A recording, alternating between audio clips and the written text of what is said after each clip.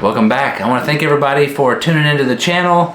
If you haven't subscribed, you're new to the channel, watching the channel, and you haven't subscribed, do me a favor, subscribe, like, share, all that. It all helps the YouTube algorithm, helps me out, and I'm very much appreciative of it.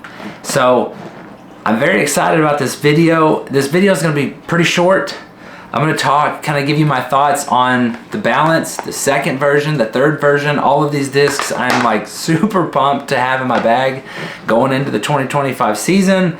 I went outside. If you're wondering why my voice is a little raspy, my throat's been hurting. I don't feel great. So I feel under the weather. The weather itself is horrible. It's like 15-mile-an-hour winds.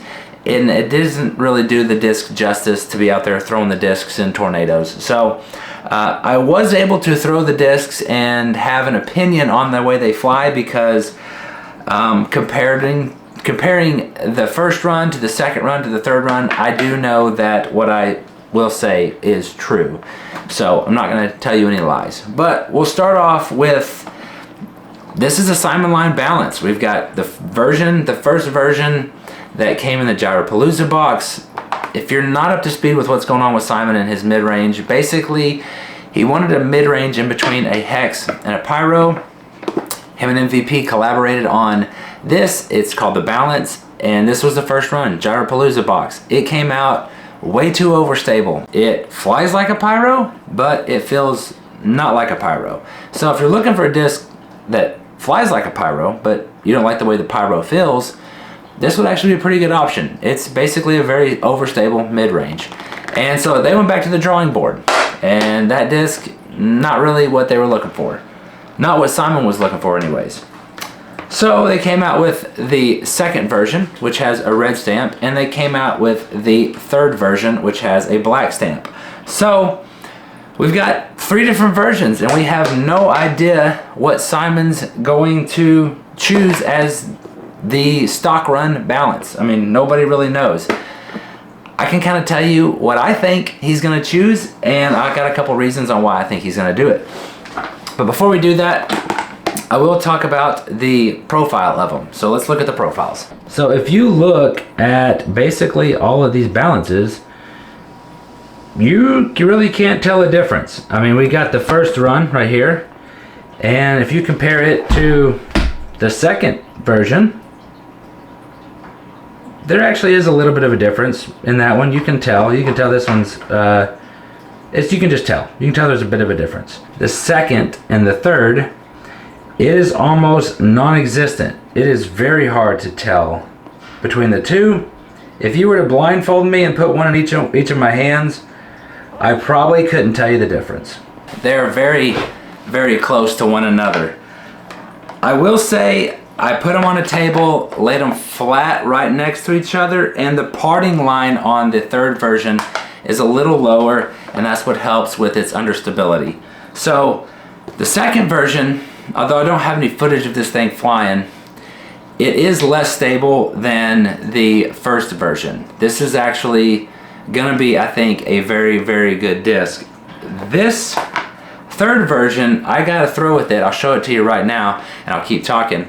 This thing flew super straight, held a very good consistent line, but it was torque resistant, it didn't turn over, and it just had a real nice consistent finish. And I think for the average person, this third version is gonna be just awesome, because people with slower arm speeds are gonna have a harder time getting these other versions to push straight as long as the third version push straight. Third version, this guy. So my take on them. One, both of them are going in my bag. This stamp looks red. It's not red, it's black. It's just the reflection off the light coming through. So my take on them is they're both going in my bag. They're gonna fit 2 different slots. This to me flies like a beat-in Pyro. I had a beat-in Pyro and it flew so good and I lost it. And I think this is just gonna replace that one. And I'm so excited to have this in my bag because it fits a slot that I don't have in my bag. It flies slightly less, it's actually a little bit more straighter of a flying disc than the Fission Pyro. And I loved the Fission Pyro, but this is definitely gonna take that place. And then this one flies like a beat-in version of this one. And so I love that I have a brand new disc that flies less stable. So if you can get your hands on a couple of these prototypes, version 2 and version 3, that's awesome because it fits 2 different slots in your bag. But what I will say, for the general public, I think version 3 is gonna be the way to go. Depends on what you're looking for. If you want a good straight flying disc with a consistent finish, I think version 3 is going to be great for the general public. For Simon, this is just my guess. I have no idea what Simon's thinking. Haven't talked to Simon. I don't have any relationship with Simon. But what I'm thinking is, because he is a pro, he has a faster arm speed. There are other pros out there that have faster arm speed. If I had to guess, I would guess that he picks the second version as his stock run. 1, because it has that overstability that he can trust. 2, he can use it. He can season it in, and it's going to hold that integrity. So it's just like a slightly more stable than this one. So if it were me and I had Simon's arm and his speed, and I wasn't trying to have a disc for the general public, I was just wanting a disc for myself.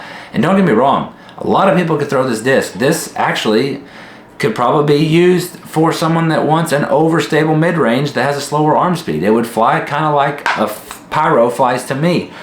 But I think that he's going to go with the second version, because I think for him, it's probably just going to be money. It's going to have that consistency that he is looking for.